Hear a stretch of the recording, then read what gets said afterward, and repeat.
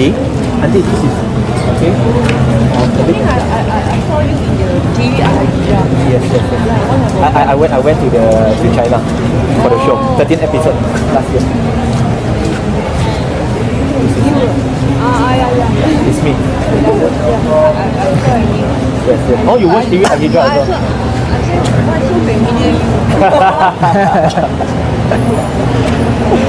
Hopefully, Auntie, I would like to talk more to you because I believe that you are very sincere in searching for that, and I really hope Allah will guide you and guide all of us.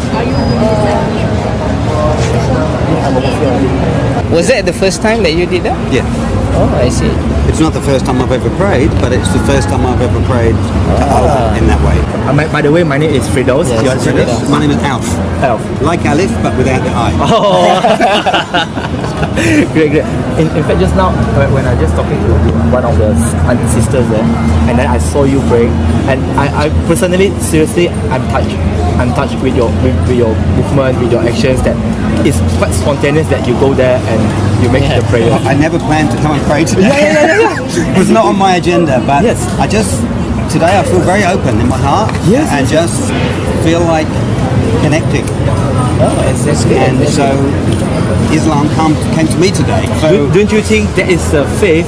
That is what God, Allah, make you here today. That the two girls come and talk to you, and then my colleague talk to you, and now you have your first experience. There's no coincidence. There is no coincidence, and I've never walked on this street before in my life. I was going that way, and I thought, no, I'm going to go this way. I don't know why I decided to go this way, but Allah led me. Yes, because the owner of the heart guides you to be here. Now, don't you think that this might be the sign that God wants you to know more about Islam and initially and become a Muslim? What do you think about that, Alf? I think that God wants me to understand every religion. Yeah. But I don't think He wants me to embrace any of them. I mean, do you have anything that you would like to know or do you dislike about Islam that you heard? Yeah, I have a little thing that troubled me this morning. Yeah. When I was reading the Quran after these two girls left me a book. Yeah. And it had I only got as maybe 10 pages or so. But it was an exclusive. Yeah. It was suggesting that there are the chosen ones, and there are those that were not here, and they can't be saved. Yeah.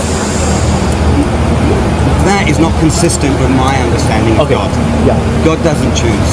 Yeah. He doesn't make this one bad and this one good because they read a book and follow these rules. I can't buy that. Yeah. But every religion I've ever come across says the same thing. Yeah. We are the one and only religion. All the others are inferior. Follow this way. And that's why I'm not a religious man. Okay. I'm a spiritual man. What does the title matter? What does the skin color matter? Whether a hat, not a hat, prayer mat, no prayer mat. The Quran says skin doesn't matter. Yeah. What matters is in your heart. Yeah. What you believe in, how you practice your life, how you live your life. Yeah. According to the law that God has already stipulated. He doesn't need us, but like you say, I very agree with you because God says that He doesn't choose people. He doesn't choose you to become. I mean, He doesn't say that, okay, because you doesn't submit to me, therefore I don't give you love. No, God still loves. It's unconditional. Put it this way, He never give us a single bill to charge us for the eyesight that we are enjoying, for the ability that to breathe. No. He don't charge us. No, nothing. Either you're a believer or not a believer, He don't charge you. Sure. But He just say a simple term. Now, I give you all these things. Just put it as a very simple term that one day we just wake up and we found ourselves in a hospital. And the doctor told us, someone sent you here because you met an accident. You almost died. Now, as a human, what do we have? How do we feel during that time? We want to look for the person who sent us there, right? To show our gratitude to them, to thank them. Same thing. You are spiritual man. Now, all these things, eyesight, how much you willing to sell to somebody? With just one eyeball? It's not for sale. It's not for sale. Even though people offering you 2 billion, 10 billion, you're not going to sell it. And virtually, that means you are billionaire. I'm billionaire. All of us are very all of rich. All of us. But God never said, okay, now I'm giving you this. Now, 2 billion. Pay me in cash. No, He don't. Now, how should we thank Him? Worship. Worship now. Honor. Yes. Honest, Respect. sincerity, respect, and follow what He commanded us. Is God all loving? Yes. All loving. All of it. If God is all loving, How can he even one of us that ignored his message? How could he not bring us into his fold and forgive us? That's why I just can't imagine it. Hell? What is hell? Is hell where you burn forever? I mean, I don't know what hell is, but it's not consistent with an all-loving God that there could be anywhere to send people that don't worship him. exactly, no problem. That's why I mentioned earlier part that when we accepting the all-loving God, we need to accept all his attributes. That he's all-loving, he is also all mercy, he is also all just. But wrathful. He's just as well. Now, how should we balance that between justice and also loving? You cannot say, because I'm all loving, just because you kill him, I think it's okay. I mean, I will still put you in heaven. I mean, he's praying 5 times a day, he's submitting to the things, and this guy, he didn't do anything. I mean, okay, it's okay. I mean, can you imagine lecturer in the class, everyone doing the same exam, some pass, some fail, then I will pass all of you. Then the students who are very hardworking, you will say, then what is the purpose? I'm staying late to do all the revisions, to do all my assignment, all my thesis, and at the end of the day, you're going to pass everyone. There is a concept in the world, in this world as well. We have the concept of reward and punishment. If you are the boss, I believe, because you say you fire someone. Now, in your organization, for sure, you will give bonus to those who are performing well.